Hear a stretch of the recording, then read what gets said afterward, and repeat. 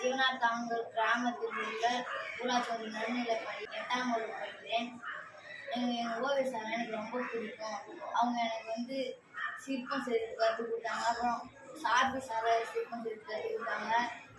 அதுக்கப்புறம் அவங்க எனக்கு ரொம்ப பிடிக்கும். அவங்க டிராயிங் பண்ணுறது அப்படி ஈஸியாக கற்றுக்குவாங்க. அது எப்படின்னே தெரியாது. ஆனால் அவங்க தான் வரைவாங்க.